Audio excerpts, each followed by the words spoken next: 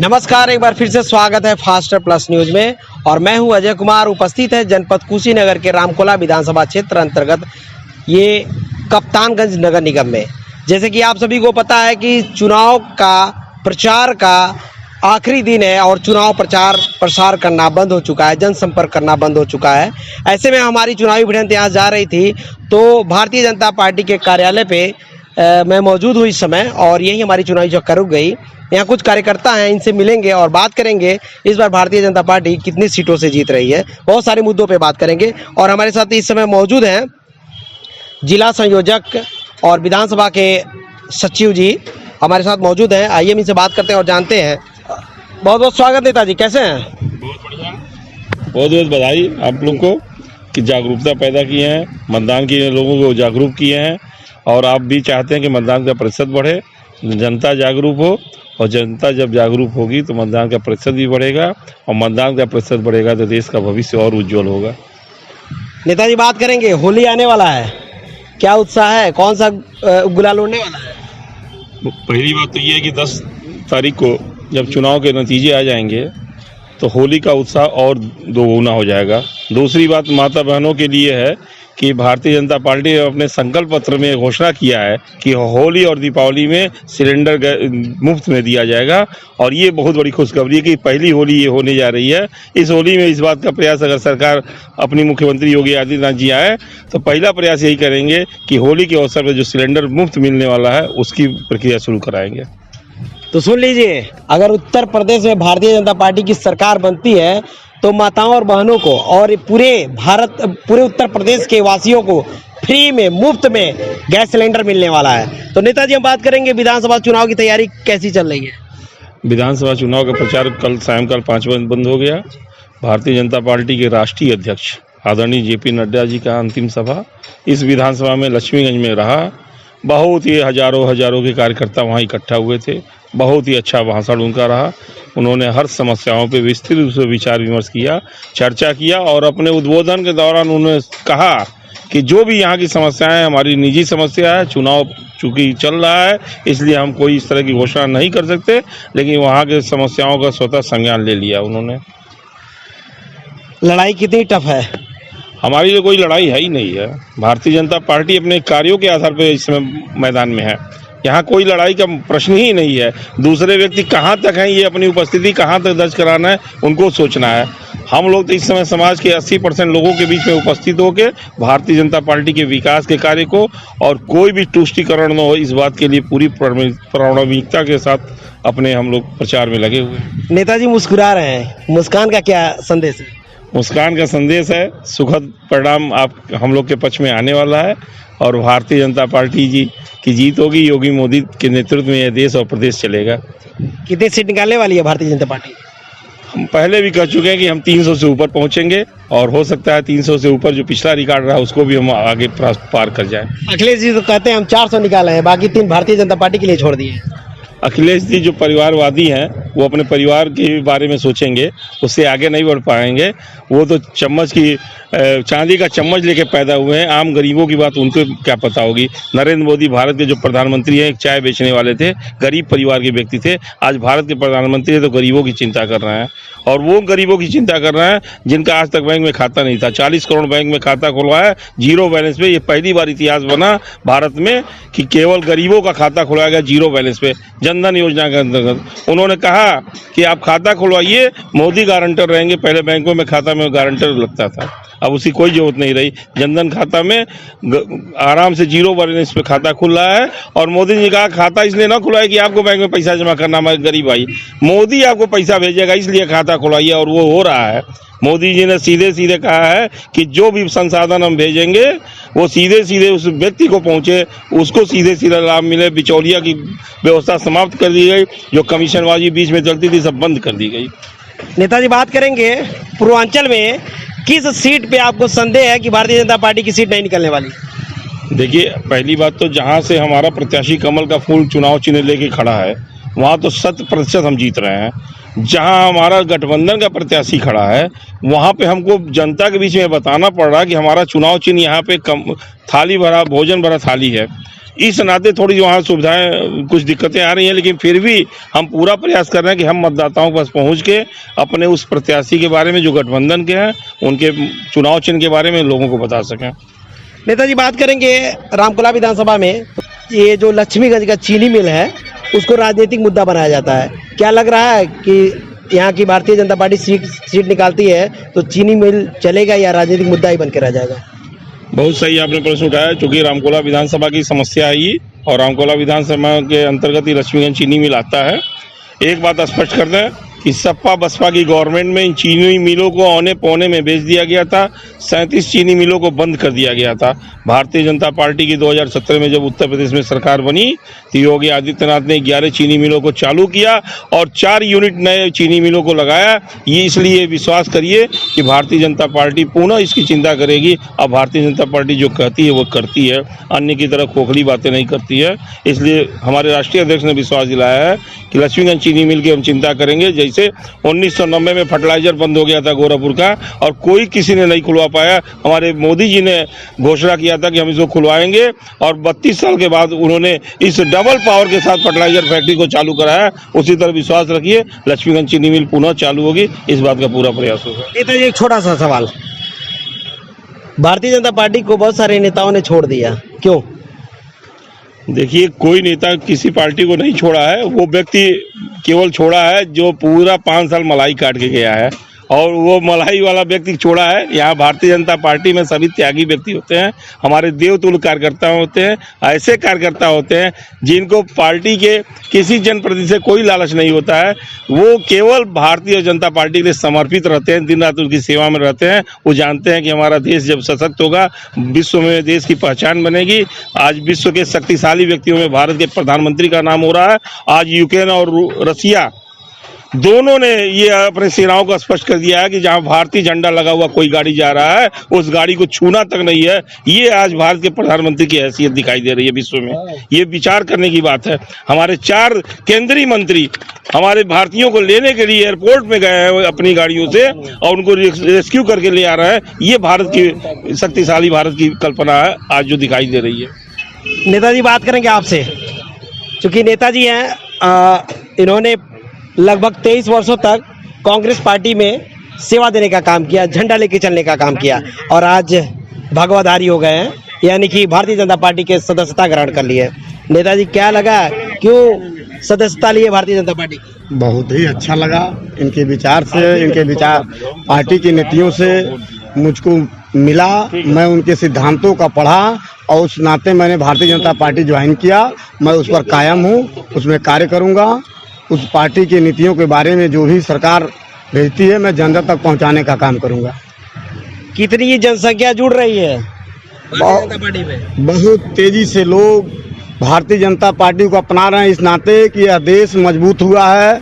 इस भारत को एक अलग पहचान माननीय नरेंद्र मोदी जी ने दिया है। इस नाते हर नौजवान, हर माताएं बहनें तेजी के साथ जुड़ रही हैं। आने वाले समय में कोई पार्टी नहीं रह जाएगी, कोई जाति धर्म नहीं रह जाएगा। माननीय नरेंद्र मोदी रह जाएंगे, हमारे योगी जी रह जाएंगे, भारतीय जनता पार्टी रह जाएगी, यहाँ के लोग रह जाएंगे। नेताजी कोई शर्त और तय रखे है क्या? नहीं, कोई नहीं। हम कार्यकर्ता हैं, कार्य करेंगे। हम माननीय योगी और मोदी जी के नेतृत्व में काम करेंगे। जैसे कांग्रेस में काम किया था उसी तरह से बढ़ चढ़ करके आज माननीय नरेंद्र मोदी जी के और योगी जी आदित्यनाथ माननीय मुख्यमंत्री के नेतृत्व में और रामकोला विधानसभा में अपने सभी पदाधिकारियों के बीच में बैठ करके उनके कदम से कदम मिलाकर काम करेंगे। हम काम करने वाले व्यक्ति हैं। नेताजी बात करेंगे, कांग्रेस पार्टी से आप भारतीय जनता पार्टी में आए हैं, कितना सम्मान मिल रहा है आपको? बहुत सम्मान मिल रहा है, जो सम्मान कांग्रेस पार्टी में नहीं मिला। आज हमको 15 तारीख ज्वाइन किए, आज इतना ही में हमको जो 23 साल में नहीं मिला वो हमको 10 दिनों में मिला है। आज मैं बहुत खुश हूँ भारतीय जनता पार्टी के सभी कार्यकर्ता से। सारे लोग हमको लेकर के चले हैं, हम सारे गाँवों में गए हैं, हर गाँव में प्रचार किए हैं कि कमल का फूल पर बटन दबाना है और भारतीय जनता पार्टी को जिताना है और नरेंद्र मोदी योगी आदित्यनाथ को मजबूत बनाना है। चलिए, कांग्रेस पार्टी के कद्दावर नेता भी अब भारतीय जनता पार्टी की सहारा लेने शुरू कर दिए हैं, भारतीय जनता पार्टी के सदस्यता लेना शुरू कर दिए। आइए मिलते हैं जो अनुसूचित जाति के कद्दावर कैडर नेताजी हमारे साथ मौजूद हैं, इनसे हम बात करेंगे। बहुत बहुत स्वागत नेताजी, कैसे हैं? पहले सबसे पहले तो आपको धन्यवाद जो आपने याद किया और दलित को भी याद किया। तो आपके आशीर्वाद से हम दलित का आपका शुभ नाम हम जानना चाहेंगे, क्योंकि मैं राम बहादुर राम है, मैं बिहार से आया हूँ और आपके कुशीनगर लोकसभा के विधानसभा रामकोला में मैं काम देख रहा हूँ। और जैसे कि आप अनुसूचित जात के हैं, चूंकि बड़े नेताओं का वक्तव्य रहा कि भारतीय जनता पार्टी में अनुसूचित जाति, दलित समाज और पिछड़े सम्मान नहीं किया जाता भारतीय जनता पार्टी में, क्या कहाँ तक सही है? ऐसी कोई बात नहीं है। जो सम्मान भारतीय जनता पार्टी ने अनुसूचित जाति के लोगों को, खासकर बाबा साहब को भी सम्मान भारतीय जनता पार्टी ने दिया। भारतीय जनता पार्टी बाबा साहब जहां पढ़ाई लिखाई लंदन में करते थे, जिस मकान में रहते थे, भारतीय जनता पार्टी ने किया। जहां उनकी शिक्षा दीक्षा हुई स्थल को तीर्थ स्थल में बदला गया है, भारतीय जनता पार्टी ने किया है। और यहाँ तक बतावें कि भारतीय जनता पार्टी में सम्मान इतना है कि आपको बहुजन समाज पार्टी छोड़कर दलित, ये मान सम्मान जो भारतीय जनता पार्टी ने दी है, इस वजह से बहुजन समाज पार्टी छोड़ के तमाम दलित भारतीय जनता पार्टी में है और वोट भी करेगी और जीत सुनिश्चित करेगी ये अनुसूचित जाति के लोग। आप बिहार से आए हैं नेताजी कैडर करने के लिए, यहाँ अनुसूचित जाति के लोगों को जगाने के लिए, तो कितने प्रतिशत अनुसूचित बिरादरी भारतीय जनता पार्टी के साथ जुड़ रही है? अभी आपको वास्तविक बतावें, आप हाथी को देखे होंगे, हाथी गांव में चलती है, उसका कोई कसूर नहीं है और कुत्ता पीछे से भुगता है, आगे से नहीं, पीछे से भुगता है। 80% दलित भारतीय जनता पार्टी में मान सम्मान के साथ जी रहे हैं और ये कोरोना काल में भी ये भारतीय जनता पार्टी अगर नहीं होती तो दलित का कल्याण नहीं होता और अभी जमीन पर नहीं रहते। ये भारतीय जनता पार्टी है। नेताजी बात करेंगे, विपक्ष पार्टी कहती है कि भारतीय जनता पार्टी में संविधान को घात पहुंच रहा है, कहां तक सच्चाई है? संविधान के ऊपर कोई घात पहुंच रहा है? आप तो देख रहे हैं, संविधान पर अगर घात पहुंचता तो ये दलित समाज के लोग जो देख रहे हैं, हमारे नेताजी आपको कांग्रेस से आए हैं बीजेपी में, अगर ये संविधान का या दलित का विरोध होता, अवरोध किया जाता, रास्ता संविधान को उल्लंघन होता, तो दलित इतना संख्या में नहीं जुटती जो 80% भारतीय जनता पार्टी के साथ है। जी नेताजी, हम बात करेंगे गोरखपुर की सीट पे, थोड़ा सा चर्चा करेंगे, क्योंकि उत्तर प्रदेश में सबसे महत्वपूर्ण सीट है तो गोरखपुर सदर विधानसभा। तो हम बात करेंगे नेताजी आपसे, क्या सदर विधानसभा में किसी प्रकार का कोई डर है? गोरखपुर के सदर विधानसभा की बात कर रहे हैं, जहाँ से योगी आदित्यनाथ जी महाराज चुनाव लड़ रहे हैं। अब आपको ये देखना पड़ेगा कि उत्तर प्रदेश के विधानसभा में 403 सीटें हैं और 403 सीटों में 403 विधायक निर्वाचित होने हैं और आपको ये तय करेगा, इतिहास बताएगा कि सबसे ज़्यादा सर्वाधिक विधायकों में अगर वोट पाने के जीतने का रिकॉर्ड मिलेगा तब परम पूज्य योगी आदित्यनाथ महाराज जी को मिलेगा। वही एक उभरता हुआ चेहरा यानी कि उभरता हुआ नेता एक आए हैं, चंद्रशेखर आज़ाद। उनका वक्तव्य है कि बाबा जी को मठ भेजना है, बाबा जी को मठ भेजना है। उनके वक्तव्य को क्या कहेंगे? देखिए, सच्चाई ये है कि असली शासक वही होता है, राजा वही माना जाता है जिसके अंदर त्याग और तपस्या की भावना हो, और त्याग और तपस्या की दोनों भावना केवल योगी मोदी जी के अंदर है। ये लोग स्वार्थी व्यक्ति हैं, ये लोग अपने तत्कालिक राजनीति के लिए, अपने फायदे के लिए लोग हैं। ये लोग जहां अपने को वर्चस्व दिखाई देता है वहां पहुंच के दलित समाज के लोगों को उत्पीड़ित करके दबाव बना के अपने पक्ष में करना चाहते हैं। कहीं कोई जनाधार वाले व्यक्ति नहीं है। ये ब्लैकमेल करते हैं, कभी अखिलेश को ब्लैकमेल करते हैं, कभी वो वैसी को ब्लैकमेल करते हैं, इसी तरह करके अपनी राजनीति सिद्ध करते हैं। ये ऐसे गोरखपुर में लग रहा है कि बाबा जी के साथ चंद्रशेखर आज़ाद की लड़ाई है। चंद्रशेखर आज़ाद जी को गोरखपुर में 1000 वोट भी नहीं मिलेगा, ये दावे के साथ कह रहा हूँ। ये केवल अपने को सुर्खियों में स्थापित करने के लिए गोरखपुर आ गए हैं कि हमको भी चंद्रशेखर को भी कोई जान जाए कि कोई चंद्रशेखर भी नेता है। तो हाँ, नेताजी से बात करें, क्या कहेंगे नेताजी आप? हम ये कहना चाहते हैं कि आप ने प्रश्न किया था कि दलित को सम्मान मिलता है कि नहीं। दलित को सम्मान मैं बताना चाहूँगा आपसे, बिहार के सत्येंद्र नारायण आर्य जो हार केवल बचा हुआ है, लेकिन भारतीय जनता पार्टी में हार बचा हुआ है, मांस शरीर में नहीं है, उनको जो है बुला करके हरियाणा का राज्यपाल बनाया। ये सम्मान भारतीय जनता पार्टी ने आपकी सम्मान मिलता है आपको बेबी रानी मौर्य जो दलित परिवार से उनके घर में अभी जूता बनाने का काम होता है, भारतीय जनता पार्टी उनको बुलाकर राज्यपाल हरियाणा के बनाने का काम किया। आपके राष्ट्रपति दलित समाज से आते हैं, राष्ट्रपति बनाने का काम भारतीय जनता पार्टी ने दलित समाज से किया, राज्यपाल बनाया, मंत्री बनाया। ये भारतीय जनता पार्टी सम्मान देती है और देती रहेगी। इसलिए मैं आपको विश्वास दिलाता हूं कि भारतीय जनता पार्टी ही एक ऐसा पार्टी है जो दलित का विकास और उत्थान करेगा। और ये मैं भी नहीं जानता था, फागू चौहान भी नहीं जानते थे, राष्ट्रपति भी नहीं जानते थे कि हमको कभी कोई राष्ट्रपति बना देगा। ये कोई दूसरा दल में संभव नहीं था जो भारतीय जनता पार्टी ने करके दिखाया है। इसलिए दलित समाज भारतीय जनता पार्टी के साथ है, मैं विश्वास दिलाता हूँ। क्योंकि ये भारतीय जनता पार्टी का कार्यालय है और प्रचार प्रसार थोड़ा सा बंद है और इसी में सारे भारतीय जनता पार्टी के कार्यकर्ता और बड़े नेता यहाँ बैठने का काम कर रहे हैं अपने कैंप पे। और यहाँ कार्यकर्ताओं में काफ़ी जोश है अपने पार्टी को लेके, कैंडिडेट को लेके। और अभी इस समय जुड़ चुके हैं हमारे साथ 3 बार नगर के चेयरमैन रह चुके हैं विजय कुमार खेतान जी। आइए मिलते हैं और बात करते हैं। बहुत बहुत स्वागत नेताजी, बहुत देर से आए हैं और बड़े उत्साह के साथ आए हैं। कार्यकर्ताओं में मैं देखा जैसे आप आए एक उत्साह की लहर भर गई। ये उत्साह क्या कह रहा है? ये उत्साह आप खुद समझिए क्या कह रहा है। ये उत्साह कल का उत्साह है। कल 3 तारीख है। जो परिश्रम भारतीय जनता पार्टी कार्यकर्ताओं ने इस इलाके में किया था, ये उत्साह उसी का फल है। पहले से ये एडवांस कार्यकर्ताओं में जोश तो है ही है, इससे अधिक जोश गांव देहात में है। नेताजी बात करेंगे, चुनाव का प्रचार बहुत दिनों से चल रहा है। ऐसे में कार्यकर्ता सुबह 6 बजे ही उठ के मैदान में निकल जाते थे, जनता के बीच में जनसंपर्क करने लगते थे। ऐसे में बड़े बड़े नेताओं का भी थोड़ा पसेरा निकल गया बाहर और वो भी लोग ग्राम सभा की गलियों में जाके घूमने लगे। कुछ थकान उकान लग रहा है नेताजी? चुनाव में थकान नहीं लगता है। असली थकान तो अब 10 तारीख के बाद जो चित हो गया वो चित हो गया और जो पट हो गया वो पट हो गया। आप लोग नहीं थके नेताजी? हमारे हम लोग को दौड़ाइए, अभी पता नहीं कितना दौड़ेंगे। अभी दौड़ना बाकी है।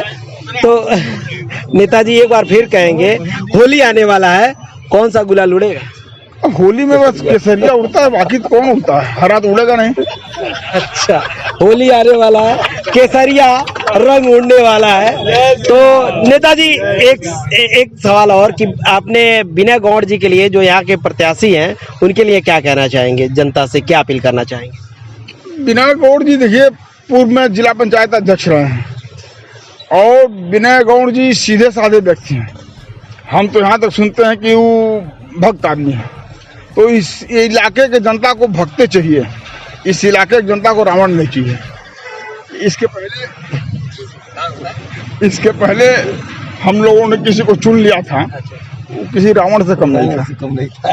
किसी रावण से कम नहीं था। तो इस समय आप जनसंपर्क कर रहे हैं, विकास कहाँ तक पहुँचा इस विधानसभा में? इस विधानसभा में विकास की तो बातें मत करिए, क्या नहीं हुआ ही पूछिए। ये आप सामने रोड पर बैठे हुए हैं, ये नगर पंचायत है। मेरा अपना ख्याल है पूर्वांचल में क्या पूरे यूपी में किसी नगर पंचायत में ओवरब्रिज नहीं देखे होंगे रेलवे पर। ये कप्तानगंज नगर पंचायत पहला नगर पंचायत है, यहाँ ओवरब्रिज बनने जा रहा है। और रही बात 4 लेन, 3 किलोमीटर 4 लेन कप्तानगंज में, ऐसा आप कहीं देहातों में, हम तो नगर पंचायत को रूरल एरिया मानते हैं, ऐसा कहीं नहीं देखे होंगे। ये हमारी सरकार की उपलब्धि है। ये आदरणीय विजय कुमार दुबे जी की देन है कि इन्होंने अपने दमखम पर यहाँ ओवरब्रिज शुरू कराया है। यहाँ जाम लगती थी, 2-2 घंटा लोग फंसे रहते हैं रेलवे ढाला पर। हमें लगता है कि 6 महीने में इससे छुट्टी मिल जाएगी। तो अंत में नेताजी 3 तारीख को होने वाले चुनाव यानी कि कल वोटिंग पड़ने वाली है, तो जनता से क्या अपील करेंगे अपने प्रत्याशी को लेके? भाई जनता से यही अपील कर रहे हैं कि सुबह सो उठकर नहा धोकर अपने आराध्य देव को पूज कर पहला वोट कमल पर, उसके बाद फिर नाश्ता पानी खाना पीना होता रहे, लेकिन आराध्य देव को प्रसन्न करते हुए पहला वोट लक्ष्मी जी की कृपा करें उस पर, और लक्ष्मी जी कमल पर ही आती है। उत्तर प्रदेश में पूरा कितनी सीट निकलने वाले हैं नेताजी? अब उत्तर प्रदेश में अगले बार 300 प्लस, अगले बार तो 330 हमारे अलायंस को लेकर थी। क्या आप उम्मीद करते हैं क्या उससे कम मिलेगी? अब तो आप बता सकते आप बताइए ना। देखिए अगले बार हम लोग जब आए थे तो हम अखिलेश जी तो कह रहे हैं 400 निकालेंगे। 400 नहीं निकलेगा। अगले बार जब हम लोग आए थे तो कोई उम्मीद नहीं थी, लेकिन भगवान राम की कृपा रही। 330 इसलिए मिला कि भगवान राम का मंदिर बनना था। अब मंदिर बनना शुरू हो गया है तो आप खुद समझ लीजिए भगवान राम की कृपा है अभी, तो 350 के करीब हम पाएंगे। तो आज हम उपस्थित रहे हैं जनपद कुशीनगर के रामकोला विधानसभा कप्तानगंज नगर क्षेत्र में, और ये भारतीय जनता पार्टी का कार्यालय है और कल का चुनाव होने वाला है और भारतीय जनता पार्टी के कार्यकर्ताओं में काफ़ी जोश और उमंग देखने को मिला है और इनका वक्तव्य है कि पूरे बहुमत से भारतीय जनता पार्टी की सरकार बनने जा रही है। तो 10 तारीख को हम बताएंगे और 10 तारीख को पता चलेगा कि उत्तर प्रदेश में किसकी सरकार बन रही है। तब तक देखते रहे faster plus news. Ajay Kumar के साथ, कप्तानगंज कुशीनगर।